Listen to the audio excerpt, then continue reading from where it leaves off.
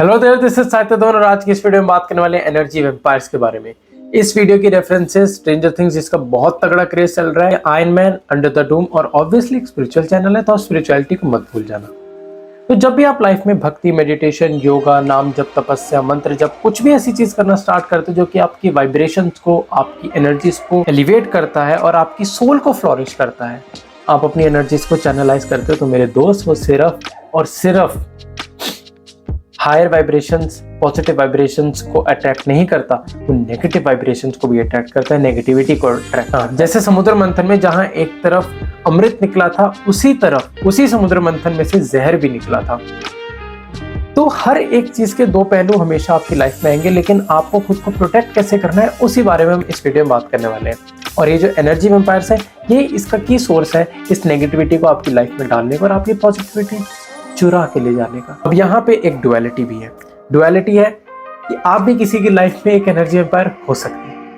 कहोगे भाई मैं क्या कर रहा हूँ, मेरे तो लंबे लंबे दांत भी नहीं है। भाई ये कलयुग चल रहा है, यहाँ पे इंसानों के रूप में राक्षस घूम रहे हैं और तुम कह रहे हो कि लंबे लंबे दांत। अब देखो मैं तुम्हें वेक्ना के एग्जांपल से समझाता हूँ। स्ट्रेंजर थिंग्स में जो वेक्ना था वो क्या था? वो एक एनर्जी वैम्पायर था।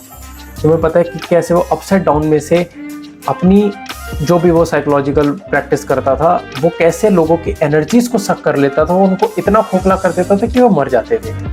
और ये एक पर्टिकुलर ऐसा नहीं कि किसी को भी जाके अटैक करता था, वो पूरा सोच समझ के टारगेट सेट करता था कि मेरे को कहाँ कब किसको मारना है, किस जगह पे मारना है, कब किससे किसकी एनर्जी कितनी लेनी है। जैसा कि 11 में भी उसने अपना वो कुछ जानवर सा छोड़ दिया था और उसकी सारी एनर्जी वो गेट्स खोलने के लिए उसने चुरा ली थी। यही एनर्जी वैम्पायर्स करते हैं, पर बस फैक्ट ये है कि ये आप मरते नहीं हो, पर हाँ जो स्टेट उसकी हो जाती है वो थोड़ी सी फर्क होता है मरने में। और वेक्ना जैसे एनर्जी वैम्पायर्स आपकी लाइफ में भी हो सकते हैं और आपको इन्हें जानना कैसे उसके बारे में बात करेंगे। लेकिन सबसे पहले मैं आपको बताना चाहता हूँ आयरन मैन और अंडर द डूम के बारे में। आयरन मैन के सूट को पावर देने के लिए आर्क रिएक्टर होता था। ऐसे ही अंडर द डूम को, जो कि उसका डूम बना हुआ था, उसको पावर देने के लिए एक और छोटा डूम था या फिर बहुत सारे स्टोन्स थे। ह्यूमन बॉडी को कौन पावर दे रहा है? In general terms, in general लोगों में कोई पावर नहीं दे रहा है। लेकिन जो लोग मेडिटेशन कर रहे हैं, जो कि साधना कर रहे हैं, जो ऐसी स्पिरिचुअल प्रैक्टिस में उनको डिवाइन ब्लेसिंग मिलती है, उनके अंदर एक स्पार्क आना स्टार्ट हो जाता है, उनके अंदर की inner divine golden light channelize होनी स्टार्ट होती है और वो एलिवेट करना स्टार्ट करते हैं। और यहीं पे वैम्पायर्स भगते चले आते हैं तुम्हें नीचे करने के लिए। बेटा इनका सिर्फ इतना सही काम है कि तुम्हें स्टेप बैक करें, ये तुम्हें एक एटर्नल पीस, एटर्नल हैप्पीनेस और गॉड को प्राप्त करने से रोके।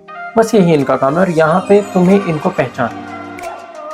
अब ये तुम्हारी एनर्जीज कैसे चुरा सकते हैं? बहुत ही सिंपल है, सिर्फ इनका भाव। अगर तुम भी एक एनर्जी वैम्पायर कैसे बन सकते हो, इसको सिर्फ एक एजुकेशन पर्पस के लिए लेना, इसको ट्राई मत करना किसी और की एनर्जी चुराने के लिए, नहीं तो भगवान देख रहे हैं। अगर तुम किसी के साथ नॉर्मल बात कर रहे हो, हंसी मजाक चल रहा है, कुछ भी चल रहा है, अगर तुम्हारा भाव ये कि मैं इन बातों के थ्रू इस इंसान की सारी पॉजिटिव वाइब्स अपने अंदर ले लूं, तो वो जो तुम्हारा एक फ्लो बना हुआ है बातों का, वो उससे तुम्हारे तक आ जाएगा और उसकी सारी पॉजिटिविटी तुम अपने अंदर ग्रहण कर लोगे, एब्सॉर्ब कर लोगे। और ये सेम चीज वो भी कर सकता है। सिर्फ और सिर्फ भाव का अंतर है। अगर तुम किसी भी एक्टिविटी में हो, किसी भी इंसान से बात कर रहे हो, किसी भी चीज के बारे में सोच रहे हो, सिर्फ भाव कैसा है उस पर डिपेंड करेगा कि वो इंसान तुम्हारी एनर्जी कैसे ले पा रहा है। अब सोचो कि तुम्हारे सामने वाला एक इंसान हो, तुमसे बात करो, तुम्हारे अंदर तुम्हारा भाव क्या है? मेरी पॉजिटिविटी मेरे अंदर रिसाइड करेगी और मेरी पॉजिटिविटी प्रोटेक्टेड है डिवाइन गाइडेंस के थ्रू। तुम्हारी पॉजिटिविटी तुम्हारे अंदर ही रहेगी।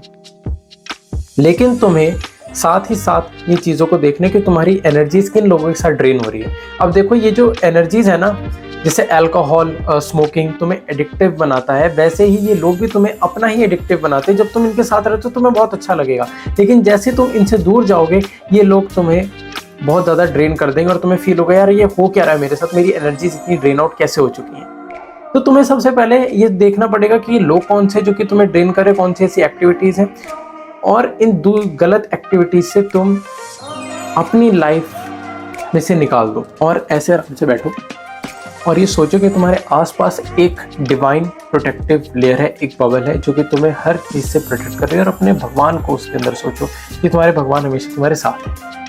और इन गलत लोगों से दूर हो जाओ। अपना भाव स्पष्ट रखो, मन को पॉजिटिव रखो, मेडिटेशन प्रैक्टिस करो और हमेशा अपने भगवान को कहो कि मेरे को प्रोटेक्ट आपने करना है। और अपना भाव हमेशा ये ना तुम्हारे अंदर एक कॉन्शियसनेस होनी चाहिए कि मेरी एनर्जी मेरे अंदर प्रोटेक्टेड है, मेरी पॉजिटिविटी मेरे अंदर प्रोटेक्टेड है और कोई भी नेगेटिविटी मुझ तक नहीं आएगी। बस इतना ही काम करना है and you are protected. All the best for your life. भगवान आपको खुश रखें और आप भगवान को प्राप्त करते रहो।